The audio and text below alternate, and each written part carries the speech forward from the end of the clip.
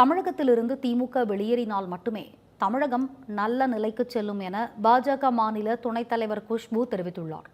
சென்னையில் செய்தியாளர்களுக்கு அவர் அளித்த பேட்டியை மினிடாக்ஸ் பகுதியில் பார்க்கலாம்.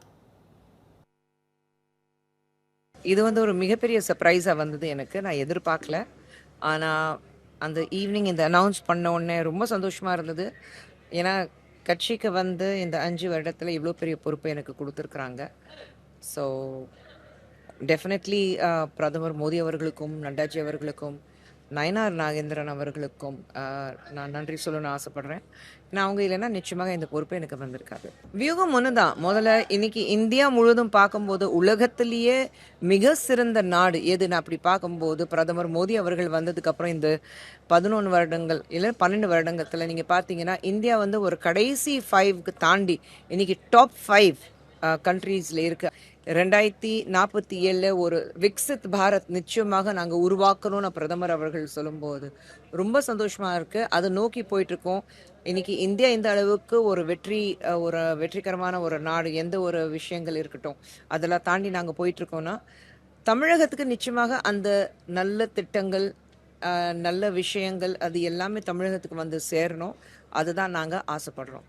அவங்க ராஜினாமா பண்ண முதலமைச்சர் ஸ்டாலின் அவர்கள் ராஜினாமா பண்ணால் எனக்கு நிச்சயமாக இந்த பொறுப்புக்கு நான் லாய்க்கு இல்லை சொல்லி அவர் ராஜினாமா பண்ணால் நல்லாயிருக்கும், தமிழகம் நல்லாயிருக்கும். ஏன்னா நான் மட்டும் என் குடும்பம் மட்டும் நல்லா இருந்தால் போதும் தான் நினச்சிட்ருக்கிறாரு.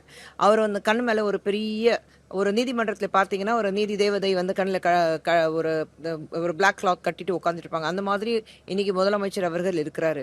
சுற்றி இருக்கிறவங்க சார் சட்டம் ஒழுங்காக சூப்பராக இருக்குது சார், இன்னைக்கு தமிழகத்தில் எந்த பிரச்சனையும் இல்லை சார், எல்லாமே நல்லபடியாக நடக்குது சார், இது அடுத்த தேர்தலில் நீங்கள் தான் ஜெயிக்க போகிறீங்க சார், இன்னைக்கு ஒரு மிகப்பெரிய இடத்துல நீங்கள் இருக்கீங்க சார், உங்களுக்கு மக்கள் மத்தியில் இருக்கிற செல்வாக்கு வேறு யாருக்குமே இல்லை சார், அப்படி ஒரு பொய் மட்டும் அவர்கிட்ட கொண்டு போய் சேர்த்து இன்னைக்கு அவர் அது நம்பிட்டு லாலா லேண்ட்ல உட்கார்ந்துட்டு இருக்காரு.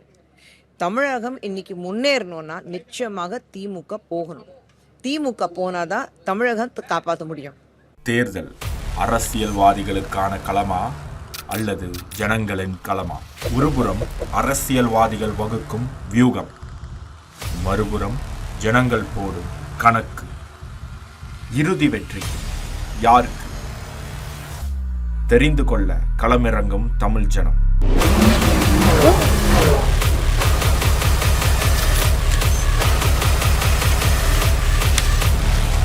ஆகஸ்ட் 1 முதல் இணைந்திருங்கள் தமிழ் ஜனம் தொலைக்காட்சியுடன்.